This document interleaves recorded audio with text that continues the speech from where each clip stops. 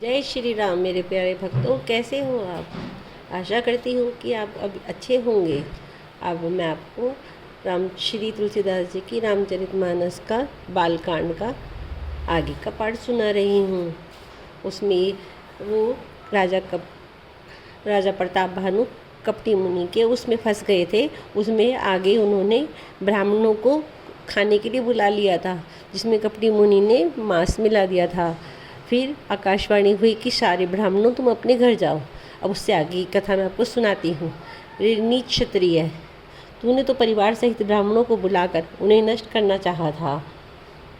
ईश्वर हमारे धर्म की रक्षा की, अब तू परिवार सहित नष्ट होगा। 1 वर्ष के भीतर तेरा नाश हो जाएगा। तेरे कुल में कोई पानी देने वाला तक न रहेगा। यह सुनकर राजा भय के मारे अत्यंत व्याकुल हो गया। फिर सुंदर आकाशवाणी हुई, हे ब्राह्मणों, तुमने विचार कर शाप नहीं दिया। राजा ने कुछ भी अपराध नहीं किया था। आकाशवाणी सुनकर सब ब्राह्मण चकित हो गए।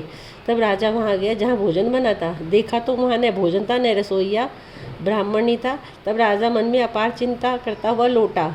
उसने ब्राह्मणों को सब वृतांत सुनाया और बड़ा ही भयभीत और व्याकुल होकर पृथ्वी पर गिर पड़ा। हे राजन, यद्यपि तुम्हारा कोई दोष नहीं है तो भी होनहार नहीं मिटता। ब्राह्मणों का शाप बहुत ही भयानक होता है, यह किसी तरह भी टल नहीं सकता। ऐसा कहकर सब ब्राह्मण चले गए। नगरवासियों ने जब यह समाचार पाया तो वे चिंता करने लगे और विधाता को दोष देने लगे, जिसने हंस बनाते बनाते कौवा कर दिया। ऐसा पुण्यात्मा राजा को देवता बनाना चाहिए था, सो राक्षस बना दिया। पुरोहित को उसके घर पहुंचाकर असुर कालकेतु ने कपटी तपस्वी को खबर दी। उस दुष्ट ने जहाँ तहाँ पत्र भेजे, जिससे सब वैरी राजा सेना सजाकर दौड़े और उन्होंने डंका बजाकर नगर को घेर लिया। नित्य प्रति अनेक प्रकार से लड़ाइयाँ होने लगी। प्रताप भानु के सब योद्धा शूरवीरों की करनी करके रण में जूझ मरे। राजा भी भाई सहित खेत रहा।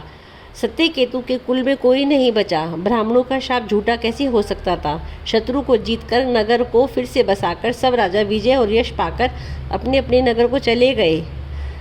याज्ञवल्क्य जी कहते हैं कि हे भारद्वाज, सुनो, विधाता जब जिसकी विपरीत होता है तब उसके लिए धूल सुमेरु पर्वत के समान भारी और कुचल डालने वाली, पिता यम के समान काल रूप, रस्सी सांप के समान काटने वाली हो जाती है। हे मुनि सुनो, समय पाकर वही राजा परिवार सहित रावण नामक राक्षस हुआ। उसके 10 सिर 20 भुजाएं और बड़ा ही प्रचंड शूरवीर था। अरिमर्दन नामक जो राजा का छोटा भाई था, वह बल का धाम कुंभकर्ण हुआ। उसका जो मंत्री था उसका नाम धर्मरुचि था। वह रावण का सौतेला भाई हुआ। उसका विभीषण नाम था, जिसे सारा जगत जानता था। वह विष्णु भगत और ज्ञान विज्ञान का भंडार था। जो राजा के पुत्र और सेवक थे वे सभी बड़े बड़े भयानक राक्षस हुए। जय श्री राम।